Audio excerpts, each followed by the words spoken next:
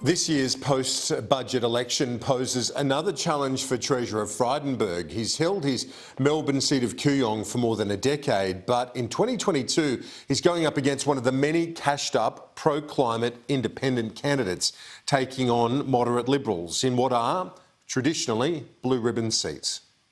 Good morning. Morning, sir. Josh Frydenberg spends the weeks leading up to the budget here in Canberra, locked away in his parliamentary office and at Treasury for many hours at a time, often only getting out for a brief bit of exercise. These processes, the budget preparation is a pretty intense period. And for him, it comes at a personal cost. This time last year, we met the Treasurer's family at home in Melbourne. Oh, no, you're going really well. Okay. Good girl, monkey girl. He says his wife Amy and kids Blake and Gemma are the lens through which he looks at not just life, but his job too. Do you mean Mr. Josh Frydenberg? Otherwise known as Daddy. Hello, guys. How are the family, the kids? Great. I mean, everyone's now back at school, which is fantastic. It's been particularly hard for Victorians, but it's also been hard being away from home so much, KG. But I'm looking forward to seeing them up here in Canberra next week. So they'll be here for? They'll be here for the budget. Although my son, who's 5, says it's the most boring thing he's ever attended, so I'm sure this year will be no different. Is the budget exciting or boring? Boring. The budget's next Tuesday. Just before seeing Daddy in Canberra? Yes. Oh, that's a good answer. And I can't wait to see you guys. Josh Frydenberg's high-profile position in the Morrison government and time spent away from home has his political opponents questioning his commitment to Kooyong. The fact that Mr Frydenberg spends a lot of time out of Kooyong is understandable given he's the federal treasurer, but what is not understandable is the extent to which he abandoned us as a local member over the last 3 years, and there's a lot of anger and resentment at the way that he turned on the electorate of Kooyong and the state of Victoria during the COVID pandemic.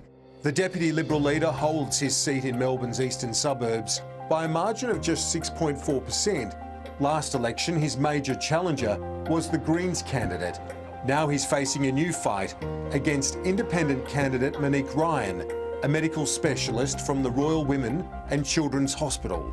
I will represent you because I share your values and I don't answer to a party.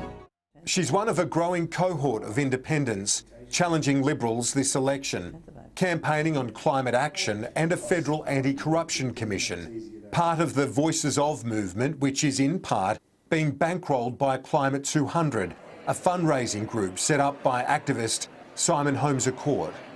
Well, the donors that we've had it's been extraordinary. We've had a huge amount of support both from inside the electorate but also outside the electorate, and yes, it's people from all ages and stages and people who've donated relatively small amounts, and then some incredibly generous people who've been able to contribute much greater amounts to the campaign.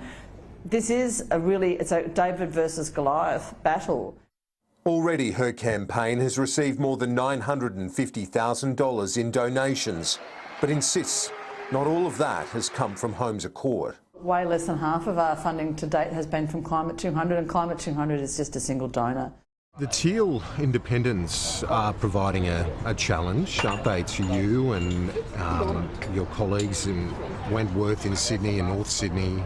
Are you confident you can push back against the Teal independent in your seat of Kooyong?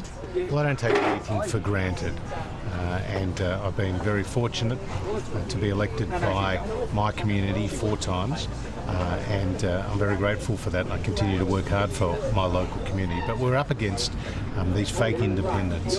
More often than not, they're former Labor Party members. They're running on a Labor Party platform, and they're running against Liberals. But Monique Ryan has a respected pedigree in the medical fraternity. Is that a tough one to defeat, that individual? I faced an independent who fancied themselves at the last election, and the people of Kooyong thought differently. and voted differently.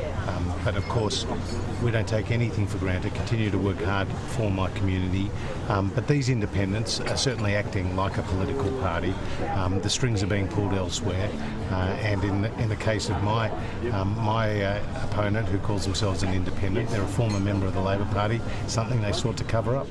I haven't at any point hidden the fact that I was a member of the Labor Party briefly from 2007. Never went to a meeting, never had any engagement with the party, gave up that membership in 2010 when the Kevin Rudd government failed to take action on climate change.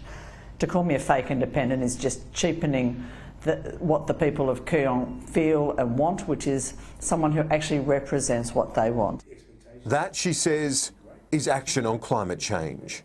It's the single most important issue to the voters of Kooyong. Do you have to tap into those issues, though, that they're trying to seize on, to say to parents in Kooyong, others that might be swayed, that you are listening on those issues? Well, we're listening on a whole range of issues, and we're acting. And take the issue of climate change.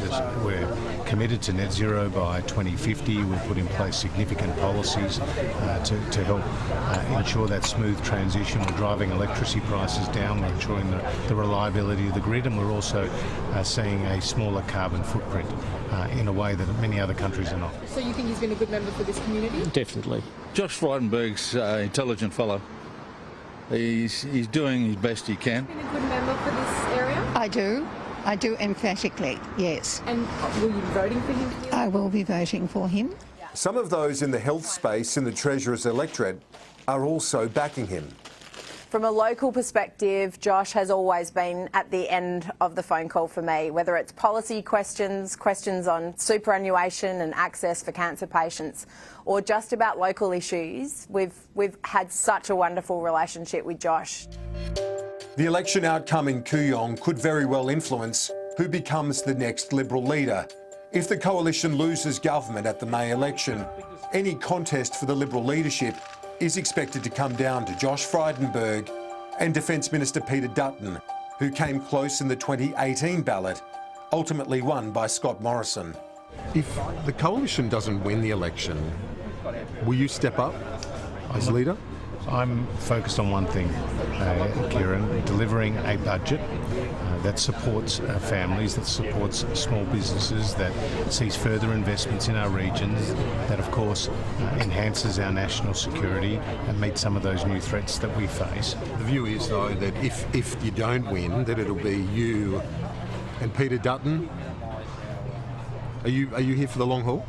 Are you in Parliament for the long haul? I certainly am in Parliament for the long haul, and I'm focused on the budget at hand, winning the election. That's what I'm doing. And is your view that if you get this job right, that other things fall into place? We always try to do every job that you're given to the best of your ability. The Treasurer has made no secret of his political ambitions, and they come as no shock to his friends and colleagues either. If we had more people like that in every political party, Australia would be governed more effectively, because, as you know, it is a team game. Yes, ScoMo's lost a bit of paint, but, you know, you and I would if the media were out, some in the media were out to get us every day. Former Liberal Minister Amanda Vanstone still keeps in touch with the Treasurer. She says he's crucial to the coalition's election prospects and the party's future. I took the opportunity to have a look at Roy Morgan recently. I don't do that sort of thing very often because, you know, you can become obsessed with those things. It's a bit like becoming obsessed with your phone. You know, you've got to be careful and put it down. But I did have a look at Frydenberg's polling, and what surprised me the most was he's more popular than Dutton in Queensland. Now, I didn't expect that because Dutton's a Queenslander. Everybody expects their own home state to prefer them more. But he is, therefore, I assume, popular right across the board. And that's important because, you know, if you're on the far left of the Labor Party and the far right of the Liberal Party, I can assure you Middle Australia is not really interested in you. Middle Australia's in the middle. That's the bell curve of voting. And there's a line down the middle, and one side's Liberal, one side's Labor, and the closer you are to the centre, the more likely you are to bring people over that line to your side. And I think Frydenberg fits that pretty well. For now, Josh Frydenberg's challenge is a short-term one. Deliver the budget and win the election. Is it like the end of a marathon now for you? Does it feel like that, or is your finishing line the election, or how do you see it? Well, in politics there is no finishing line, because whether it's a budget, then an election campaign, then hopefully time after that, putting in place the policies that you campaigned on. It doesn't stop, but of course it's a great privilege to be the Treasurer, particularly at this very challenging time for Australia and the world. Josh Frydenberg, a busy week. Thanks for making some time for a coffee. My pleasure.